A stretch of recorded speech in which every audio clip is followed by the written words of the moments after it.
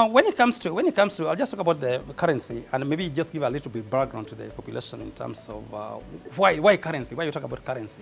Because to them they know that how much Uganda shilling I can buy my product. So why I talk about currency? I would just say, okay, fine. We are still not really producing all the products which is required. The raw material is mainly substantially imported. Yeah. When you talk about steel, steel is actually imported. I'll come to maybe what we have in Kabale maybe later on. But I just tell you that the steel which we consume in Uganda is predominantly imported. So you will find that a good portion of that import is actually in export in the foreign currency.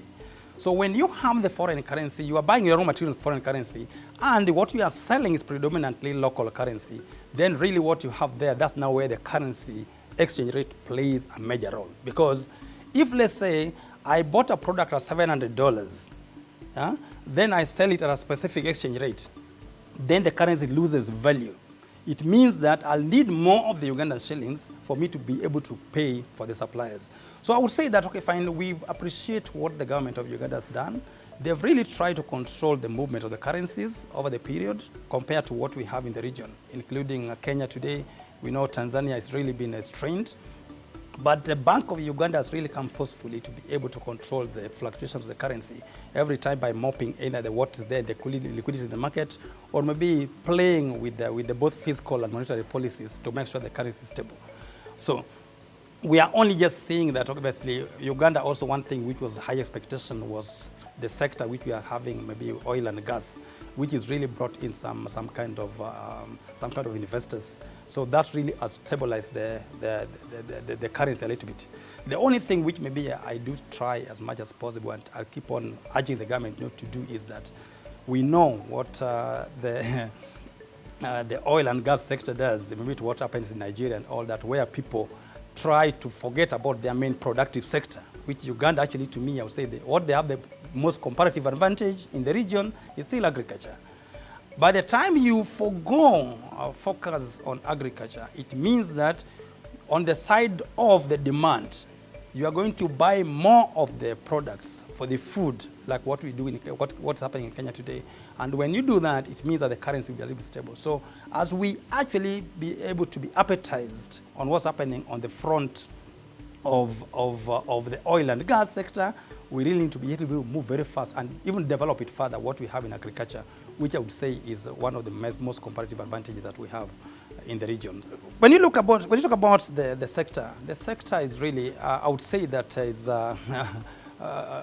there's so much overcapacity in the market, yeah? Because today, if you look at the major players in the market, okay, we have Uganda Baati, we have roofings, we have MMI.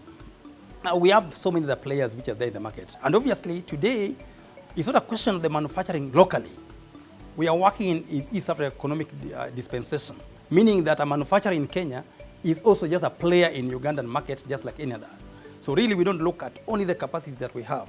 So overcapacity is going to be rife. In fact, it's even going to be more and more competitive in the coming 1 or 2 years.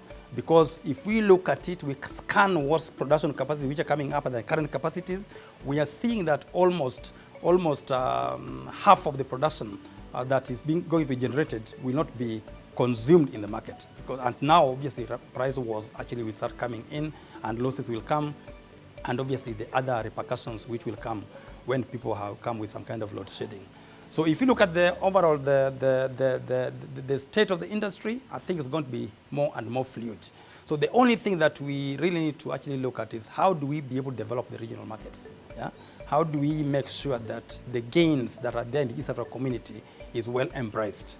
If like South Sudan is not having manufacturing facility, we need to bring them very quickly into the East African community under that armpit of what we call CET, Common External Tariff. Because today what happens is that we have members of the East African community, they join the East African community, and immediately they invoke the provisions of Article 19 of the protocol, which gives them some kind of concession to be able to import the products, same products which are manufactured locally from outside the outside world for a long period of time. You know Rwanda, or you know Burundi, and obviously South Sudan, they're all given concessions. And what does it mean? much as we talk about the bigger market in the East African community, you don't harness that market potential because the other players who are there can still be able to import the products without paying any taxes, which is agreed, what we call the CET, Common External Tariff. So I think to me, how do we harness the production? Because population, also the growth is there, of course, but if the consumption, we believe that it's going to stagnate over a period of time against the increasing capacities. What I can say is that Uganda government, I know, has been putting a lot of effort for the players in the industry to be able to harness the iron ore that we have in Kabale. And Uganda obviously is come very strongly, because if you look at the quality of the iron ore that we have, then obviously it's something which with the industry players are already working hand in hand to be able to harness that potential. But I must say, obviously, when you talk about this particular product, there are other, steel is wide.